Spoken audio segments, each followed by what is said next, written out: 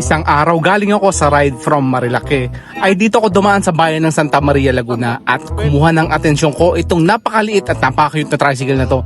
Kaya sinundan ko hanggang sa pagliko niya dito sa kantong to. At maniniwala ba kayo na gawa niya lang to, sarili niyang gawa itong tricycle na to. Ang galing.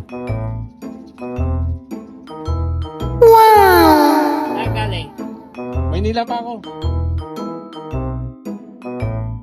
Ako na punta mo, itim. Ganda oh. Pinakamaliit na tricycle. Pangalan? Ano pangalan mo?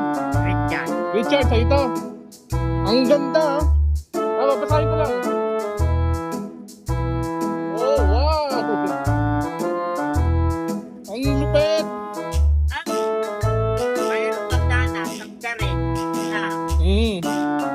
Pangalan niya Richard, si Richard. Ito kanya tricycle. Ang ganda.